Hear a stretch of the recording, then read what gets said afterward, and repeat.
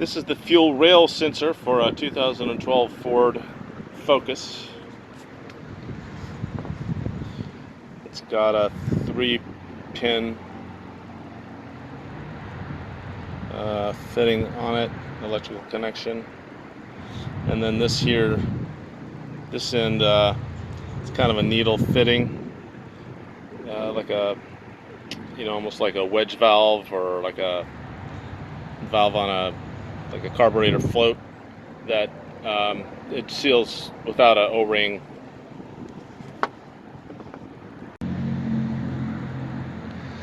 Alright, this is the 2012 Ford Focus. I'll show you the location of the fuel rail sensor. Just for reference, this is the 2-liter, by the way. This is the regular SE model. It's not the high performance 2.3 or whatever it is. This, by the way, is the fuel pump. And that's on the driver's side of the engine.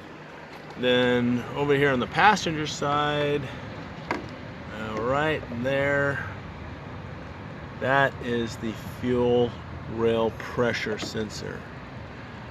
You can see it right there. It's kind of underneath the wiring harness there. You can see the back of the plug now, perhaps. And it's got the plug to release it. It's got a catch on it, so if you squeeze it at the end of the plastic plug, then you can carefully slide it off. You don't want to break that electrical fitting. The sensor itself is a 24 millimeter wrench. I bought a deep socket to go over it, but I couldn't fit it in there because this intake is in the way. It's too tight in there to get a deep socket over that. So what I ended up doing was removing this belt tensioner.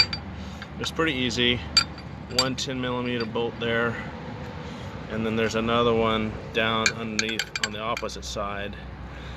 And I used a breaker bar. They were on there pretty tight. And then you have this little nut here.